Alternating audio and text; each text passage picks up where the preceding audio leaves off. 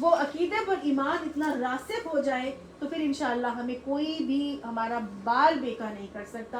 اور اس عقیدے کو راسخ کرنے کے لیے پیارے نبی صلی اللہ علیہ وسلم نے جو دعا ہمیں سکھائی ہے نا وہ ہر نماز کے بعد کے مسنون اذکار میں شامل کر دی گئی. اس کو راسخ کرنا, اس دعا کو یاد کر لے تاکہ اس دعا کے پڑھنے کی وجہ سے یہ عقیدہ ہمارے اندر ایک راسخ عقیدہ بن کر ابھرے اور پھر اسی عقیدے کو ہم اپنی اولادوں میں بھی منتقل کرنے والے بن جائیں. کون سی دعا ہے وہ کہ ہر نماز کے بعد کے مسنون اذکار میں جب ہم پڑھتے ہیں نا اللہ اکبر استغفر اللہ استغفر اللہ استغفر اللہ, اس کے بعد اللہم انت السلام و منک السلام تبارک یا ذو الجلال والاکرام ربی اعنی علی ذکرک و شکرک و حسن عبادتک. یہ تو مسنون اذکار پڑھ کے اس کے بعد جو دعا ہے جو تقدیر پر عقیدے اور ایمان کے لیے دعا ہے وہ یہ دعا ہے کہ اللہم لا مانع لما اعطیت ولا معطی لما منعت ولا ينفع ذا الجد منک الجد.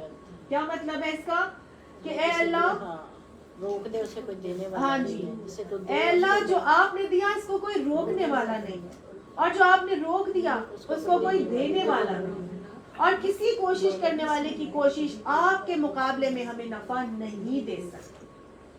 سمجھ آ گئی؟ تو جب آپ یہ دعا مانگیں تو یاد کریں, میرے ساتھ پڑھیں اللہم لا مانع لما اعطیت ولا معطی لما منعت ولا ينفع ذا الجد منک الجد. ذا الجد یعنی کوشش کرنے والے کی کوشش, منک الجد جب وہ کوشش کرتا. سمجھ آئے؟ تو اتنا آسان, اتنی چھوٹی سی دعا ہے, اس کو یاد کریں ہر نماز کے بعد کے مسنون اذکار میں, اس کو بھی لازم پکڑیں انشاءاللہ اس کو ایمان عقیدے پر مکمل ایمان جو ہے وہ حاصل کریں. وَهُوَ الْقَاهِرُ, ہاں جی بالکل, وَهُوَ الْقَاهِرُ فَوْقَ عِبَادِهِ, اور وہ قاہر ہے. قاہر کیا ہے؟ کامل اختیار رکھنے والا ہے. فوق عبادہ, اپنے بندوں کے اوپر, یعنی کہ اللہ سے اوپر بڑھ کر اختیار اور کسی کا نہیں ہے. چاہے کوئی بڑے سے بڑا بادشاہ ہے, کوئی بڑے سے بڑا حکمران, کوئی بڑے سے بڑا سپر پاور ہے, لیکن اللہ نے کہہ دیا فوق عبادہ, اپنے اس بندے کے اوپر هو القاہر, وہ کامل اختیار رکھنے والا ہے. تو ڈرنا پھر کس سے ہے؟ سپر پاور سے, IMF سے, اسرائیل سے, فرسٹ ورلڈ کنٹریز سے, حکمران سے. کس سے ڈرنا ہے؟ اللہ سے. وَهُوَ الْحَكِيمُ الْخَبِيرُ, اور وہ حکمت والا بھی ہے, خبر رکھنے والا ہے. اس کو ہر چیز کا پتہ ہے, اس کے ہر فیصلے میں میرے لیے کوئی نہ کوئی حکمت پوشیدہ. تو گویا اللہ تعالیٰ نے یہاں پہ بتا دیا کہ اپنے اندر راسخ کر لو اس بات کو کہ کوئی بھی جو دنیا میں ہونے والے حالات جو ہم دیکھ رہے ہیں, جو معاملات ہم دیکھ رہے ہیں, کسی سے ڈرنے کی ضرورت نہیں ہے.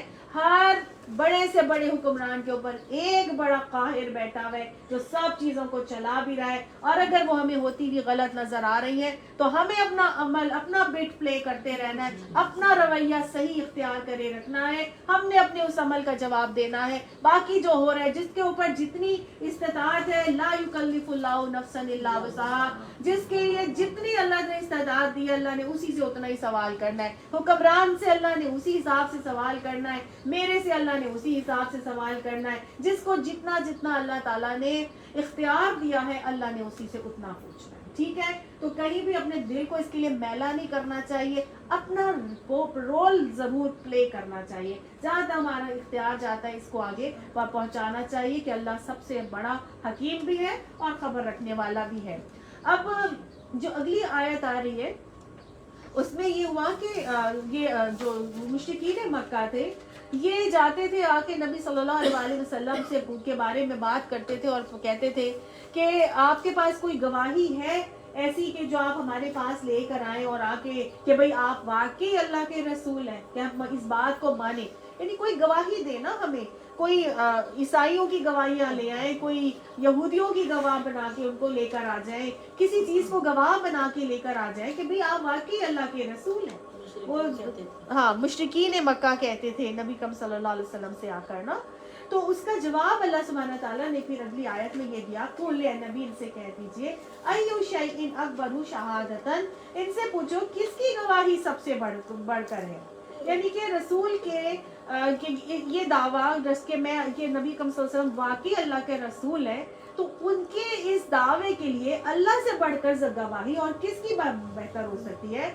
اللہ نے کہا قل ان سے کہہ دو اللہ کی گواہی جو ہے نا وہ سب سے بڑھ کر ہے، شہیدم بینی و بینکم، وہ میرے اور آپ تم دونوں کے درمیان گواہ کون ہے؟ اللہ۔ یعنی میرے لیے کسی کی گواہی ضروری نہیں ہے، میری رسالت کے لیے گواہ اللہ ہی، تو میرے درمیان تمہارے درمیان گواہی کے لیے اللہ کافی ہے کہ میں واقعی اللہ کا رسول بنا کر بھیجا گیا ہوں۔ اور کیا کہہ دیجئے وَأُوحِيَ إِلَيَّ هَذَا الْقُرْآنُ، اور میری طرف یہ قرآن وحی کیا جاتا ہے، بذریعہ وحی یہ قرآن میری طرف بھیجا جاتا ہے۔ کیوں بھیجا جاتا ہے؟ لِأُنذِرَكُمْ، تاکہ میں اس قرآن کے ذریعے سے تمہیں برے انجام سے متنبع کروں، برے انجام سے انذار کروں، ڈرایا کروں۔ وَبِهِ وَمَنْ بَلَغَ، اس قرآن کے ساتھ میں ڈرایا بھی کروں، اور کس کو ڈرایا کروں؟ وَمَنْ بَلَغَ، اور اس کو بھی ڈراؤں جس تک یہ پہنچے۔ یعنی نہ صرف مشرکین مکہ کو نبی صلی اللہ علیہ وسلم ڈرانے کے لیے بھیجے گئے تھے، بلکہ اس کے بعد جہاں جہاں تک یہ قرآن پہنچے ان سب کے لیے یہ قرآن کیوں آیا ہے؟ تاکہ ہمیں برے انجام سے متنبع کر دیا جائے۔ آپ صلی اللہ علیہ وسلم نے بھی فرمایا کہ بلغوا عنی ولو آیا، میرے سے لے لو چاہے ایک ہی آیت ہے وہ لے کے آگے پہنچا دو۔ قرآن میں اللہ تعالیٰ نے حکم دیا بلغ ما انزل الیک من ربک، کہ جو تمہارے رب کی طرف سے تمہارے پاس نازل کیا جا رہا ہے اس کو پہنچا دو، اس کو لوگوں کی طرف پہنچا دو۔ تو اس سے معلوم ہوا کہ نبی کریم صلی اللہ علیہ وسلم ایک تو یہ کہ آخری نبی ہے، اور اس کے بعد یہ قرآن نبی صلی اللہ علیہ وسلم کے اوپر بذریعہ وحی پہنچایا گیا، یہ ان تک پہنچایا گیا، ان کی تعلیمات پھر رہتی دنیا تک نبی کے جانے کے بعد کس نے پہنچانی ہے؟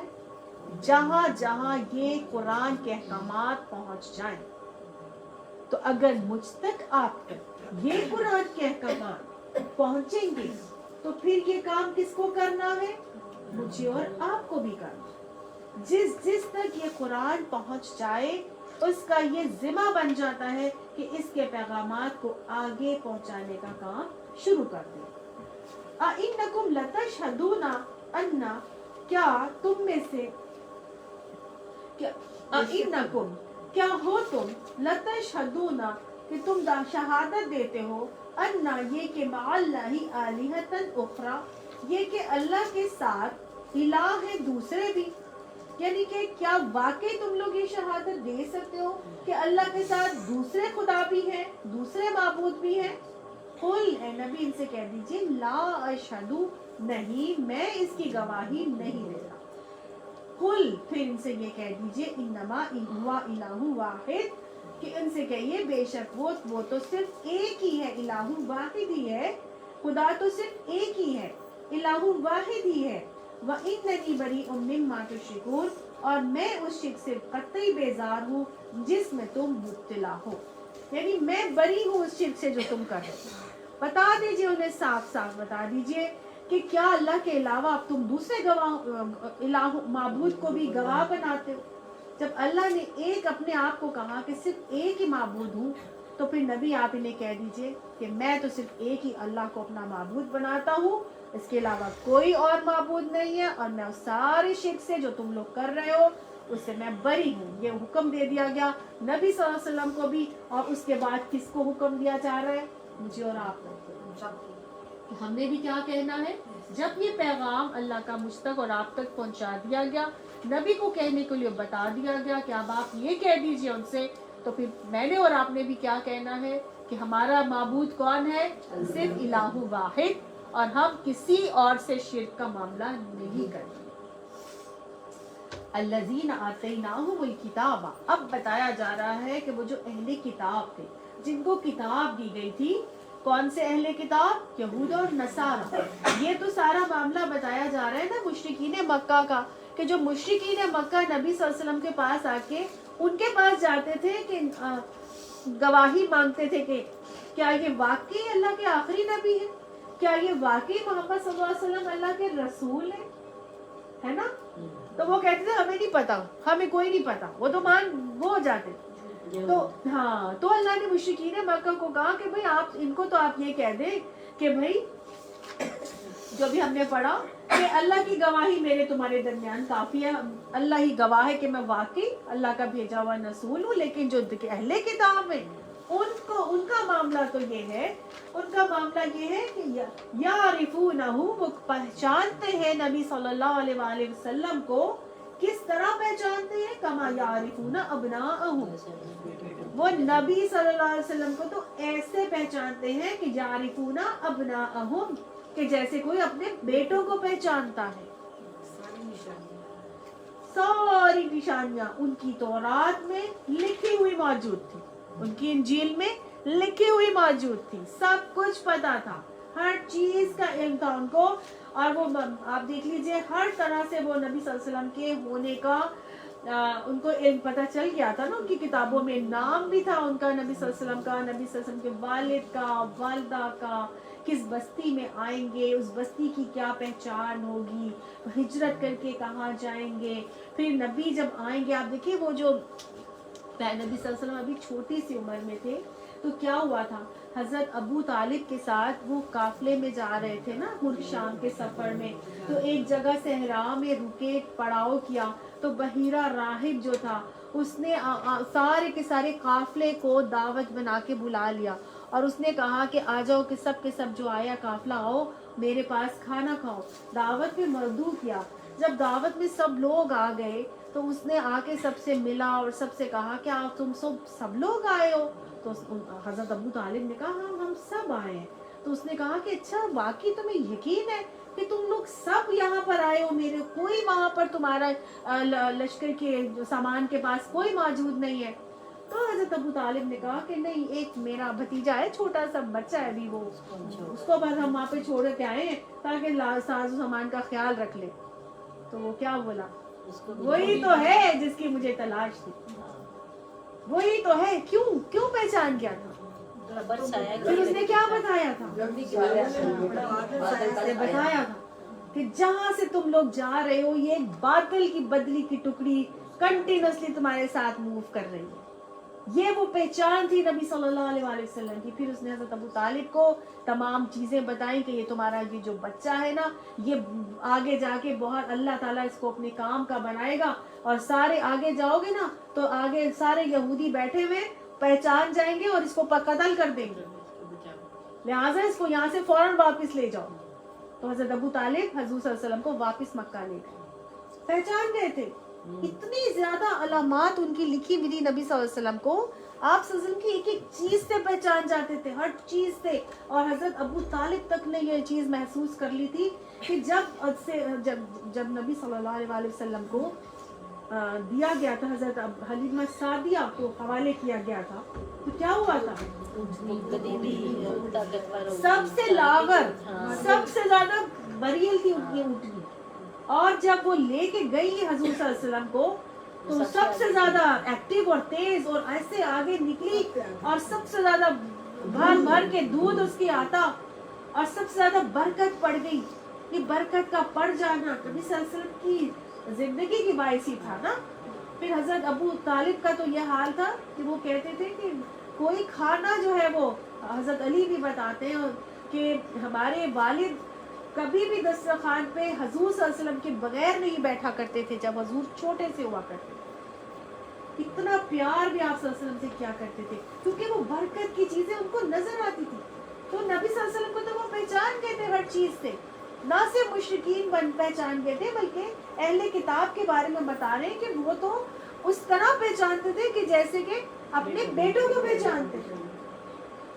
ایک کا واقعہ ایسے بھی ملتا ہے، ایک مرتبہ ہوا یہ کہ صحابہ یہ لوگ کہتے ہیں، حضرت عمر سے آتا ہے کہ حضرت عبداللہ بن سلام جو یہودی عالم تھے ان سے کسی نے پوچھا کہ اس کا کیا مطلب ہے کہ یعرفونہ کما یعرفون ابناءہم، تو انہوں نے کہا اس کا مطلب یہ ہے کہ ہم نبی کو اللہ کی بیان کردہ صفات سے پہچانتے ہیں جو تورات میں ہے، اس میں ہمیں اس کا تو یقینی علم نہیں ہے کہ ہمارے بعد ہماری بیویوں نے کیا کیا کیا، یعنی ہم اپنی اولاد کے بارے میں تو اتنی یقین سے نہیں کہہ سکتے کہ یہ واقعی ہماری اولاد ہے کہ ہمارے بعد ہماری بیویوں نے کیا کیا کیا ہوگا، لیکن ہم نبی کو پہچان کر کہہ سکتے ہیں جو تورات میں ان کے بارے میں لکھا ہے، ان کی سیرت، ان کی پیدائش، اخلاق، ان کے کردار. اور ان کے حوالے سے ایک اور واقعہ بھی آتا ہے کہ حضرت فاطمہ ایک مرتبہ نبی اکرم صلی اللہ علیہ وسلم کے پاس ایک مہمان آیا، اس نے اسلام قبول کیا، ایک شخص آیا، اس نے اسلام قبول کیا، تو نبی صلی اللہ علیہ وسلم کا طریقہ تھا کہ آپ صلی اللہ علیہ وسلم ہمیشہ اس کی اکرام کیا کرتے تھے، کھانا وانا کھلاتے تھے، اس کو چیزیں توتے تحائف کیا کرتے تھے. تو اب وہ جو مسافر ہے اس نے آگے اسلام قبول کیا، آپ صلی اللہ علیہ وسلم نے فرمایا کہ اس کو کون ہے جو کھانا کھلائے گا، جاؤ جا کے پتہ کر کے آؤ. تو ساری ازواج مطہرات کے گھر میں پتہ کیا جاتا ہے تو کسی کے گھر میں سے بھی کھانا نہیں ملتا. حضرت فاطمہ کا آخری حجرہ ہوتا ہے نبی صلی اللہ علیہ وسلم کے حجرے کے بالکل ساتھ، تو تمام جگہوں پہ پوچھ کے آ کے تو آخری حضرت فاطمہ کے حجرے پہ آئے اور آ کے کہا کہ میں سب جگہوں پر آ گیا ہوں. تو کہیں پر بھی حضرت انس ہی تھے غالباً، انہوں نے کہا کہ میں تب یا حضرت زید کہ ہر طرف سے ہو کے آ گیا ہوں، کہیں سے بھی مجھے کچھ کھانا نہیں ملا. تو اگر آپ کے پاس کچھ ہے تو بتائیے، نبی صلی اللہ علیہ وسلم کا مہمان ہے، اس کو کھانا دینا ہے. حضرت فاطمہ کے گھر میں 3 دن سے فاقہ تھا. حضرت فاطمہ نے آگے سے کیا کہا، انہوں نے کہا کہ نبی کا مہمان آئے. حضرت فاطمہ نے اپنے سر کی اوڑھنی دی اس حضرت انس کو اور کہا کہ آپ یہ لے جائیں، جو بھی صحابی تھے ان کو کہا یہ لے جائیں، فلاں یہودی کے پاس جا کر کہیں کہ یہ اپنے اس کے گروی رکھ کر اور اس کے بدلے میں مجھے تھوڑا سا غلہ دے دے تاکہ میں اس کو کچھ کھانا کھلا دوں. جب وہ صحابی گئے، انہوں نے جا کے اس یہودی کو کہا اور یہ اوڑھنی دی حضرت فاطمہ کی اور یہ کہا کہ یہ حضور صلی اللہ علیہ وسلم کی بیٹی، ہمارے نبی صلی اللہ علیہ وسلم کی بیٹی کی اوڑھنی ہے جو انہوں نے دی ہے کس لیے؟ ہار کے لیے، تاکہ اس کے بدلے آپ تھوڑا سا غلہ دے دیں کہ مہمان کو کھانا کھلانا ہے. حالانکہ خود بھی انہوں نے 3 دن سے فاقہ کیا. ان کی اس بات کے اوپر وہ یہودی ایمان لے کر آ گیا اور وہ کہنے لگا واللہ یہی تو وہ نشانیاں ہیں جو ہماری تورات میں لکھی ہوئی ہیں کہ وہ خود فاقے کریں گے لیکن وہ مہمانوں کو کھانے کھلائیں گے، چیزیں گروی رکھا کے اپنے مہمانوں کو کھانے کھلائیں گے، اور وہ اس نشانی پر ایمان لے کر آ جائیں. سبحان اللہ. اسی طرح سے جو عیسائیوں کے پاس ادھر سے ادھر سے گھومتے پھرتے حضرت سلمان فارسی کتنے 5-6 راہبوں کے پاس گئے تھے اور وہاں سے ادھر سے ادھر نبی صلی اللہ علیہ وسلم کی سے ملنے کی اشتیاق میں اور اسلام قبول کرنے کے حوالے سے کہ صحیح دین مجھ تک پہنچ جائے، کتنی مشکلات انہوں نے کاٹی.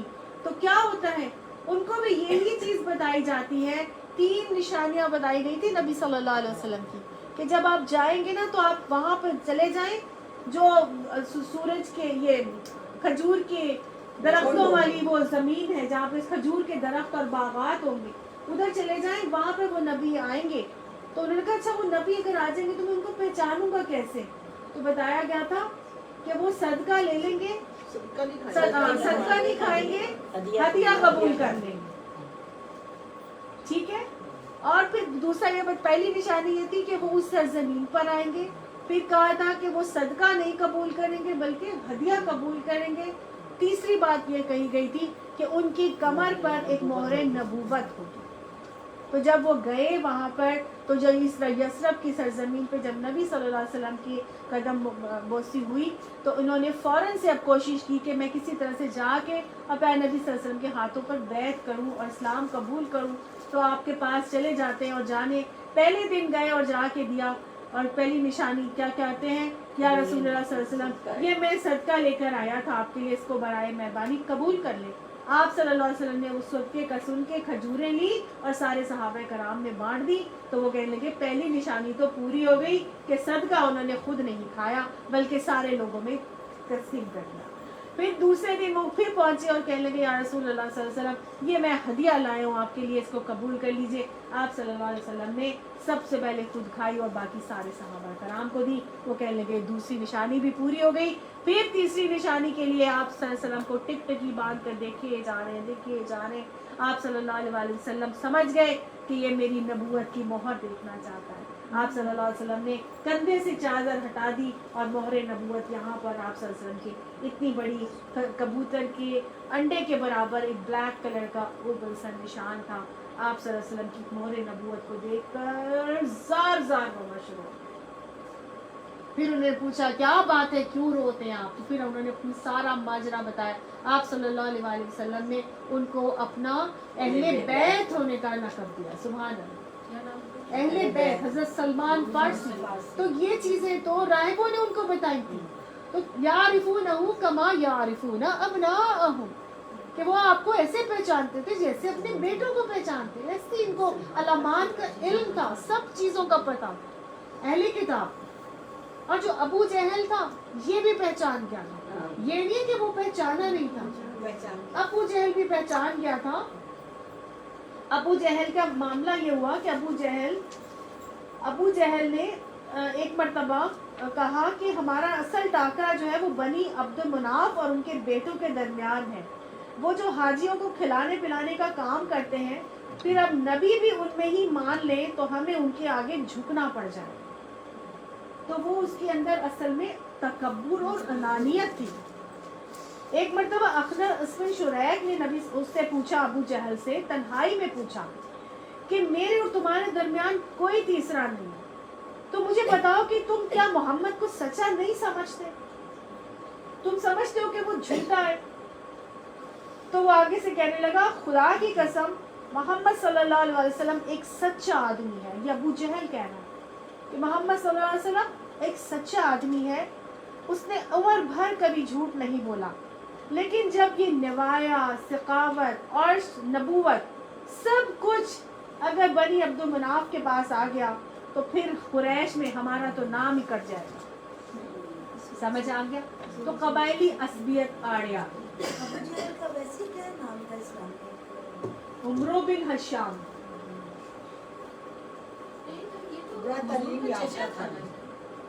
جی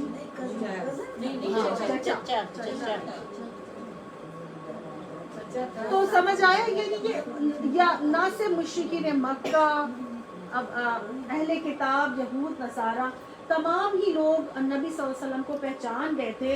الذین خسروا انفسهم فهم لا یؤمنون، وہ لوگ جنہوں نے اپنے آپ کو خسارے میں ڈال دیا پس وہ ایمان نہیں لائیں گے۔ اور واقعی یہ ایسے خسارے میں پڑے کہ انہوں نے مان کر نہیں دیا، ہر چیز جاننے کے باوجود انہوں نے بڑا خسارہ مول لینے کے لیے اپنے آپ کو تیار کر دیا لیکن مان کے نہیں دیا۔ جنہوں نے خسارے سے اپنے آپ کو بچا لیا وہ انہوں نے نبی صلی اللہ علیہ وسلم کے اوپر اسی وقت ایمان لے آیا۔ اب بتایا جا رہا ہے وَمَنْ أَظْلَمُ مِمَّنِ افْتَرَىٰ عَلَى اللَّهِ كَذِبًا، اور اس شخص سے بڑھ کر ظالم اور کون ہے جس نے اللہ پر جھوٹ گھڑا، اور کذب بآیاتہ، یا اللہ کی آیات کو جھٹلایا، انہ لا یفلح الظالمون، بے شک فلاح نہیں پاتے ظالم۔ یعنی یہ وہ لوگ تھے بیسیکلی جنہوں نے اپنی ساری زندگی جھوٹ پر لگا دی تھی، جاننے سمجھنے کے باوجود کیا کر رہے تھے؟ مان کے نہیں دے رہے تھے، جھوٹ پر زندگی گزار رہے تھے نا۔ حق سامنے آ چکا تھا لیکن اس کو ماننے کے بجائے کیا کیا تھا؟ ڈھٹائی، ضد اور انانیت پر، جھوٹ پر اڑے رہے، جھوٹ پر انہوں نے زندگی گزارنے کو ترجیح دی۔ تو اللہ سبحانہ تعالیٰ پھر فرماتا ہے اس سے بڑھ کر اور ظالم کون ہوگا جو اللہ پر جھوٹ گھڑے یا اللہ کی نشانیوں کو جھٹلائے۔ یہ اللہ کی نشانی نہیں تھی تو اور کیا تھا؟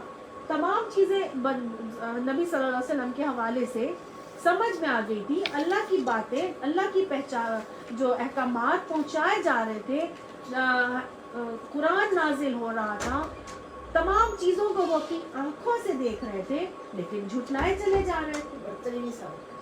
ہاں جی، مان کے نہیں دے رہے تھے، جھوٹے تھے خود بھی اور جھوٹ کو انہوں نے ترجیح دے دی تھی، خود بھی جھوٹے بن گئے تھے، جھوٹ پر زندگی گزارنا چاہتے تھے، سچ کو ماننے سے انکار کر رہے تھے۔ اور اتنی بڑی حقانیت اللہ کے سچ کو اور پھر اللہ کے بھیجے ہوئے رسول کے سچ کو اور پھر اللہ کی بھیجی ہوئی تعلیمات کے سچ کو جو کہ تورات اور انجیل میں ان کے پاس پہلے سے موجود تھی، ان سارے سچ کو وہ جھٹلا رہے تھے. تو انہوں نے سچ کو سائڈ میں کر کے جھوٹ کے مطابق زندگی کو گزارنے کو ترجیح دی تھی. تو اللہ سبحانہ تعالیٰ کہہ رہے ہیں اس شخص سے بڑھ کر ظالم کون ہوگا. ظالم کہہ رہے ہیں اللہ تعالیٰ اس شخص کو جو جھوٹ پر زندگی گزارتا ہے. ظالم ظلم کس کو کہتے ہیں؟ ظلم کہتے ہیں بیسیکلی اس عمل کو کہ جو کسی ایک چیز کو اس کا جائز حق نہ دیا جائے، اس کو کہتے ہیں ظلم. کسی چیز کو اس کا جائز حق نہ دینا، اصل میں اس چیز کی حق تلفی کرنا، تو اس کو کہتے ہیں ظلم کرنا. اللہ کو اگر اس کا جائز حق نہیں دیا جا رہا تو کیا کیا جا رہا ہے؟ ظلم کیا جا رہا ہے. اسی لیے اللہ تعالیٰ نے شرک کو ظلم عظیم کہا ہے. بدترین سب سے بڑا ظلم کیا ہے؟ کہ اللہ کو اس کا وہ حق نہ دیا جائے جو کہ اس کا حق کرنے کا حق ہے. سمجھ آ گیا؟ تو شرک کیا ہے؟ اللہ کو اس کا حق نہ دینا. تو اللہ تعالیٰ یہاں پر فرما رہا ہے کہ اس سے بڑھ کر ظالم کون ہے جو اللہ پر جھوٹ گھڑے. ایک تو یہ کہ اللہ کو اس کا حق ہی نہیں دیا اور اللہ پر جھوٹ الٹا گھڑ دیا. اللہ کو اس کا جائز حق نہ دینا کیا ہے؟ کہ اللہ کے ساتھ اس کی ذات میں کسی کو ملا دیا جائے، اس کی صفات میں کسی کو ملا دیا جائے، اس کے اختیارات میں کسی کو شامل کر دیا جائے یا عبادات میں کسی کو ملا دیا جائے. وہ کیا ہے؟ شرک ہے. اللہ نے نہیں کہا پلیز بات نہیں کریں. مثال کے طور پر اللہ نے نہیں کہا کہ میرے بیٹے ہیں یا بیٹیاں ہیں، یا اللہ نے نہیں کہا کہ میرے برابر کوئی ہے اور وہ بھی رازق ہے اور رزق دے سکتا ہے. اللہ نے تو نہیں کہا نا. اللہ نے کیا کہا؟ هو اللہ احد، هو اللہ لا الہ الا ہو. اللہ ایک ہے، لم یلد ولم یولد، اس کا کوئی بیٹا نہیں ہے اور نہ ہی اس نے کسی کو جنا، یعنی وہ کسی کا باپ بھی نہیں ہے.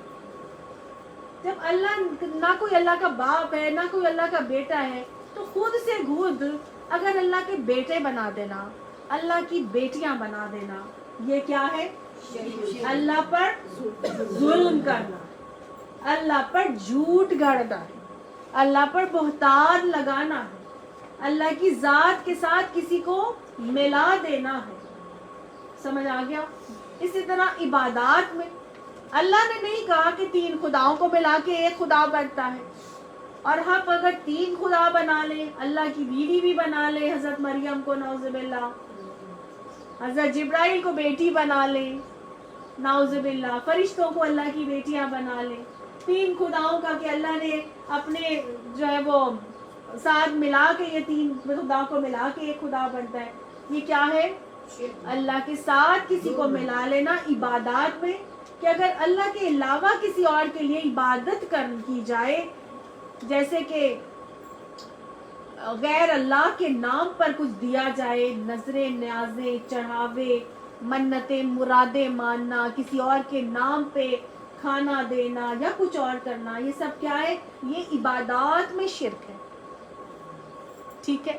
تو یہ کیا ہے؟ اس کا اللہ نے حکم نہیں دیا اور پھر ہم اللہ کے ساتھ ظلم کر رہے ہیں کہ ہم اس کے ساتھ عبادات میں کسی کو شامل کر رہے ہیں.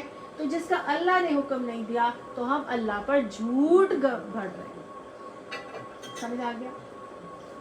عبادات میں ہو گیا، ذات میں ہو گیا، پھر صفات اور اختیارات میں ہو گیا کہ اللہ کی صفات، اللہ کے اختیارات. کیا اللہ کی صفات ہے؟ المعز کون ہے؟ عزت دینے والا اللہ ہے.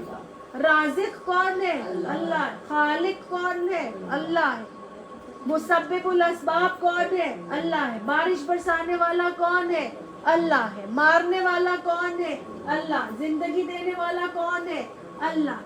اب اگر ہم یہ سارے کے سارے حاجت روائی کے معاملات، مشکل کشائی کے معاملات کسی اور سے کرنا شروع ہو جائیں جس کا اللہ نے کوئی عزت نہیں دیا، اور ہم کہیں مشکلیں فلانا بھی ٹال دے گا ہماری، رزق کوئی اور بھی دے دے گا ہمیں، عزت ہمیں باس سے مل جائے گی، فلاں سے اچھے راہ و رسم رکھیں گے، ان سے میل ملاپ سے ہماری معاشرے میں عزت ہو جائے گی، فلاں ملکوں سے حکومتوں سے معاملات اچھے رکھیں گے تو دنیا کے اندر اپر لیول پر چلتے رہیں گے، بڑا شور شاہ ہو جائے گی، فلاں پاسپورٹ حاصل کر لیں گے، فلاں ملک کا پاسپورٹ آ جائے گا تو ہماری عزت ہو جائے گی.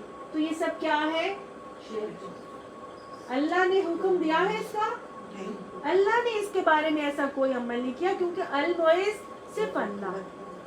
صحیح. تو صفات اور اختیارات میں اگر اللہ کے ساتھ ہم کسی اور کو شامل کر دیں جس کا اللہ نے حکم نہیں دیا، حکم نہیں دیا، تو یہ کیا ہے؟ اللہ پر جھوٹ گھڑنا ہے، اللہ پر ظلم کر مترادف. سمجھ آ گئی؟ تو ایک تو یہ کہ سات صفات، اختیارات اور عبادات میں اگر ہم ملا لیں گے جس کا اللہ نے حکم نہیں دیا اور اللہ نے اس کا اذن ہمیں نہیں دیا، اور ہم خود سے خود کرتے چلے جائیں، تو وہ اللہ پر جھوٹ گھڑنا ہے، ظلم کرنا ہے اور شرک کے مترادف. اس کے علاوہ ایک اور چیز کیا ہے کہ وہ باتیں، وہ احکامات جو اللہ نے نہیں کہی کہ یہ کرنا ہے، اور ہم خود سے خود اس کو نیکی بنا. اللہ نے اس کو نیکی نہیں کہا اور ہم خود سے خود اس کو نیکی بنا دیں. ہاں، مطلب ایسے اعمال جس کو اللہ نے نہیں کہا کہ یہ کرنا چاہیے، اور ہم خود سے خود، جیسے کہ ابھی ہم یہ پڑھ رہے تھے نا اوابین کے حوالے سے، اب ہم اس کو کہتے ہیں کہ یہ مسٹ ہے اور یہ کرنی ہی کرنی. اللہ نے تو نہیں کہا نا، کر لو تو بہت اچھا ہے، نہیں کرو تو کوئی بات نہیں، آپشن دے دیا. لیکن اگر اس کو میں مسٹ کر دوں، یا وہ چیزیں جو اللہ نے حرام کر دی اور ان کو میں حلال یا جائز کر دوں، تو وہ کیا ہو جائے گا؟ مطلب اللہ تعالیٰ نے اگر کچھ چیزیں ہمارے لیے حرام کر دی، سود حرام کر دیا، شراب حرام کر دی، اب میں کہہ دوں کہ نہیں آج کل تو بس یہ بہت کامن ہو گئی ہے، سبھی پیتے پلاتے ہیں، فلاں ملک میں جیسے کہ اب ٹرکی میں بہت لوگ شراب پیتے ہیں، اور اب وہ کہتے ہیں نہیں نہیں یہ وہ شراب نہیں ہے، نہیں نہیں اس کو حرام ورام کوئی نہیں ہے، ہاں گناہ ضرور ہے، حرام ہے. اب جب قرآن میں لکھا ہوا ہے فَاجْتَنِبُوهُ کہ اس سے اجتناب کرو، اس کو دور ہی رہو، اس کے قریب بھی نہ پھٹکو، تو اللہ تعالیٰ حلال کے لیے تو ایسا لفظ نہیں کہے، حرام ہی چیز سے کہا گیا نا دور ہی رہو، حرام کے قریب بھی نہ پھٹکو، حدود اللہ کے قریب بھی نہ جاؤ.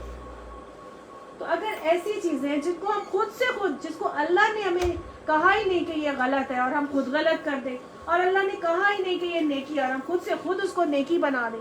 مثال کے طور پر کچھ روزوں کو ہم بنا لیں، کچھ عبادات کو ہم اپنی طرف سے کر لیں کہ یہ چیز کا ثواب ملتا ہے، جبکہ نہ قرآن سے ثابت ہے نہ حدیث سے ثابت ہے، خود سے خود ہم اس کو نیکیاں بناتے چلے جائیں، تو یہ ہم کیا کر رہے ہوں گے؟ اللہ پر جھوٹ گھڑ رہے ہوں گے. اب جیسے آپ کو چھوٹی سی ایک مثال دیتی ہوں. میرا بچہ ہے، میں اس کو کہتی ہوں کہ آپ جو ہے نا یہ کام ختم کر کر اور یہ کھانا ہے میں نے رکھا ہے، یہ والا کھانا کھا لینا، اس کے بعد دودھ پی لینا، اور اس کے بعد جو ہے وہ گیم کھیل لینا. اب وہ کیا کرے؟ اپنا ہوم ورک ختم نہ کرے اور فوراً سے کھانا کھائے اور گیم کھیلنا شروع ہو جائے. تو میں اس کو بعد میں آگے کہوں کہ آپ نے تو اپنا ہوم ورک ہی نہیں ختم کیا اور کھانا کھا کے آپ گیم کھیلنا شروع ہو گئے. میں نے تو آپ سے کہا تھا ہوم ورک ختم کر لینا، پھر کھانا کھا کے دودھ پی لینا اور پھر گیم کھیل لینا. تو وہ کہے نہیں نہیں ماما آپ نے تو مجھے کہا تھا کہ بس میں جا رہی ہوں کھانا کھا کے اور گیم کھیل لینا، آپ نے تو مجھے کہا ہی نہیں کہ ہوم ورک ختم کرنا ہے اور دودھ بھی پینا ہے. تو وہ کیا کر رہا ہے؟ وہ مجھ پر جھوٹ گھڑ رہا ہے. جب میں نے اس کو کہا ہی نہیں کہ یہ کرنا ہے اور وہ مجھے کہنا شروع ہو جائے آپ نے ہی مجھے کہا تھا کہ یہی کرنا ہے، تو وہ مجھ پر جھوٹ گھڑ رہا ہے. تو بالکل اسی طرح سے دین کے احکامات میں جو حکم اللہ نے ہمیں نہیں دیا، ہم خود سے خود اس کو نیکی بنا کر اور یہ کہنے لگ جائیں کہ یہ چونکہ سب کر رہے تھے اس لیے میں نے بھی کر لیا, سب کر رہے تھے اور میں نے بھی کر لیا, اور میں کہوں نہیں اللہ ہی نے مجھے کہا تھا کہ یہ کرو کیونکہ سب کر رہے تھے تو اللہ نے مجھے یہی کہا ہوگا جو سب کر رہے تو ٹھیک ہے میں بھی یہی کر لیتی ہوں. تو پھر کیا کر رہی ہوں, میں اللہ پر جھوٹ کر رہی ہوں. مجھے نہیں دیکھنا کہ سب کر رہے تھے یا نہیں کر رہے تھے, مجھے کیا دیکھنا ہے کہ جو اللہ نے کہا ہے یہ کرو وہ کرو, جو نہیں کرنا وہ نہیں کرنا. اور اگر ہم نے کر لیا تو اللہ نے اس کو کیا کہا, وَمَنْ أَظْلَمُ, کہ وہ سب سے بڑھ کر ظالم کون ہے جو اللہ تعالیٰ سے اوپر جھوٹ کرتا ہے اور کذبہ بآیاتہ, اور میری آیات کو جھٹلاتا ہے. آپ صلی اللہ علیہ وآلہ وسلم نے ایسے تمام اعمال کو جن کا حکم اللہ نے نہیں دیا, ان اعمال کو خود سے خود نیکی بنا دینا, ان اعمال کو بدعت کہا ہے. ہر وہ عمل جس کا حکم اللہ کے نبی نے نہیں دیا اس کو نیکی کی نیت سے کرنا, اس کو اضافہ کہا گیا ہے.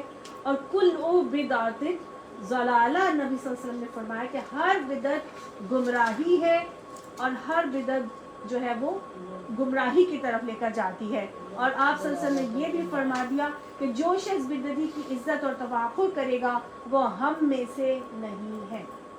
بدعتیوں کی عزت کرنے والا بھی آپ صلی اللہ علیہ وسلم نے فرمایا ہم میں سے نہیں ہے. اِنَّهُ لَا يُفْلِحُ الظَّالِمُونَ, بے شک ظالم لوگ, ایسا ظلم کرنے والے فلاح نہیں پائیں گے.